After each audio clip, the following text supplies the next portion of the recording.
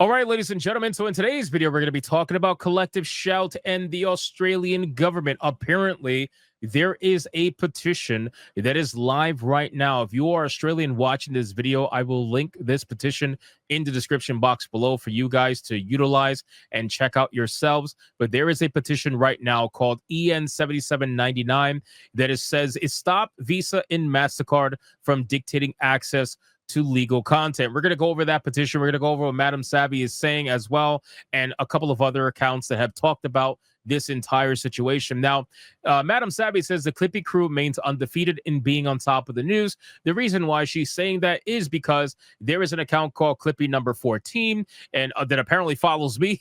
And apparently, they said break censorship news. Australia has an official parliament petition called EN7799 to stop payment processors from dictating access to legal content. If those of you who are watching my content for the first time, maybe you need a little bit of a catch up, maybe you don't know, but apparently Collective Shout, the UK government and the Australian government, and a lot of people, ironically, at really high points of government, have all collectively come together, no pun intended, to essentially try to censor a lot of legal content that was accessible prior to them trying to censor it. Steam and itch.io had adult content taken down because these people got a little bit offended because it was a little bit too raunchy for their taste, right? So they tried to get it taken down, even though the game content was perfectly legal, and they pressured Steam by using payment processors to try to pressure these digital platforms and force them to take down the content. Otherwise, they threatened to take down their ability to process payments, which is going to be detrimental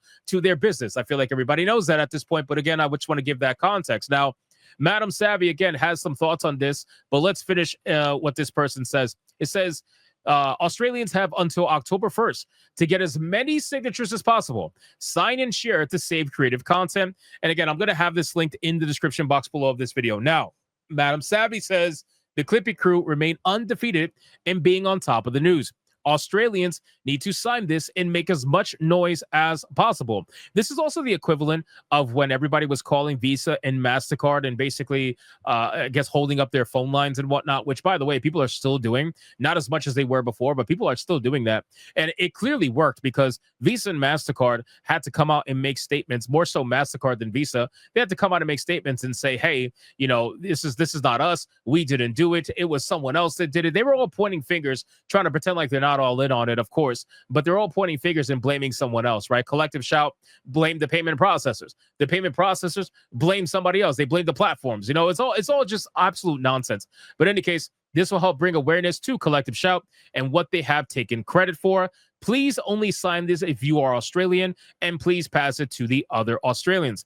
I am of the mindset that these type of things don't do much in terms of government movement, but helps to unite the people and light a flame under their asses. When the petition is ultimately ignored, then more protests can be organized. And she's right. She's right in the sense that petitions, ultimately, most of them go nowhere, right? That's just the truth of it. Most of them go nowhere. However, they are utilized to gather people and to make everybody go under one singular flag, right? I don't mean that physically. I just mean that generally, right? I'm not saying fly under, the Australian flag, but what I'm saying is everybody gets behind one thing and helps push themselves towards another goal. Now, if we look at the petition here, it says petition EN7799, stop Visa and MasterCard from dictating access to legal content. The petition is currently open for signatures. Here is the description, which I found to be very interesting. It says Visa and MasterCard control the payment processor market in a monopoly that is not regulated in the least. These companies openly dictate access to services,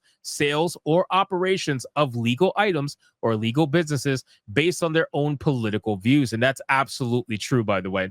We've seen this happen, and it's still happening right now. We see this happening nonstop against people that create usually NSFW content, and we see it get taken down, all because these people don't want to be associated with it, but they're perfectly fine with being associated with companies or games like Roblox that have massive problems with actual real world situations happening, but they're okay with that. They just don't like the fictional stuff, but the real stuff, gung-ho for it, no problem. Anyway, so credit card processors should only be there to process legal transactions, I agree, and not dictate what someone spends their money on. Visa and MasterCard are so big and control a market that could be equated to a utility. And this is something that we have spoken about prior, where it's not just Australians trying to make this into a thing where they talk about payment processing essentially being a utility. At this point, a lot of governments are utilizing this same exact terminology. They're calling it a requirement. They're basically calling it a need. They're calling it equivalent to a utility, and I agree. People need access to banking, free, open, fair banking. That's what they need access to. If you have your bank trying to be your nanny and saying, hey, so what kind of NSFW content did you look at today? Were you being a good boy?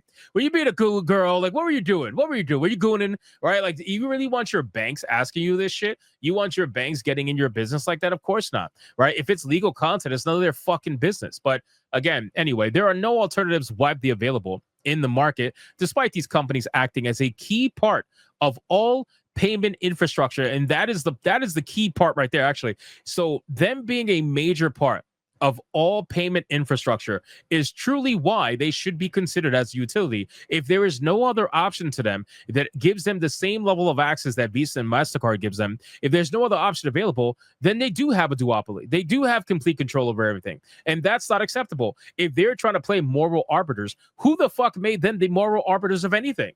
Right? Their one single job is to process payments. And if you as a company that is strictly trying to process payments choose not to process payments because it offended you or something, that makes no sense. Are you a company? Or like what's going on here? It makes zero sense. Anyway, just like water companies or electricity providers are regulated to prevent them from stopping service based on arbitrary views, Visa and MasterCard should be held to the same standard. And I agree.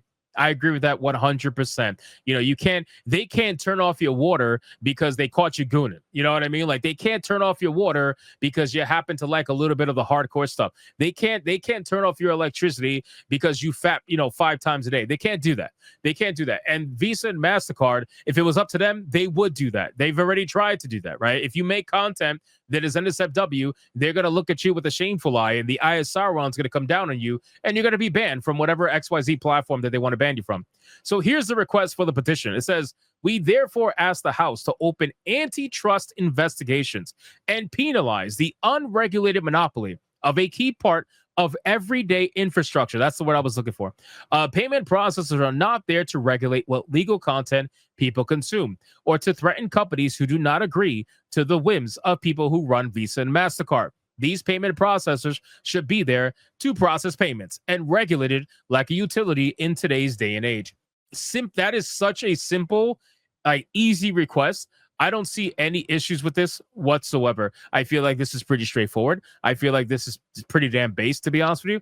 This is how it should be. The payment processors have no reason to be holding themselves as moral arbiters over anybody and then threatening the ability to have safe, easy access to banking, all because they disagree with your view on, I don't know, XYZ NSFW content. Who the fuck told you to, what business is it to you? Especially when a lot of the people who advocate for the censorship like this are usually caught gooning themselves. So what are we really doing here? You guys are absolute hypocrites. So you guys can let me know in the comments down below. There is 26 days left on this petition.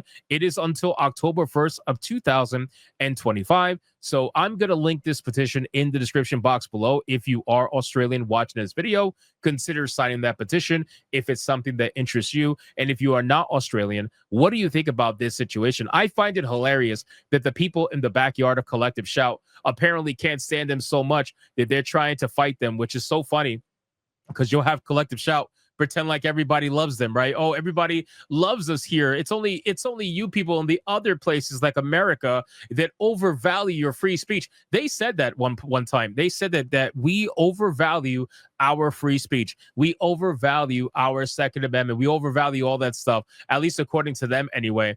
They consider it to be a detriment. So I find it pretty funny that somebody or people in Australia are fighting against this. But to be fair, they're fighting everywhere. So let me know in the comments down below, what do you think about this nonsense that's happening in Australia? Leave your thoughts in the comments. And if you enjoyed this video, consider hitting that like and subscribe. And I'll see you guys on the next one.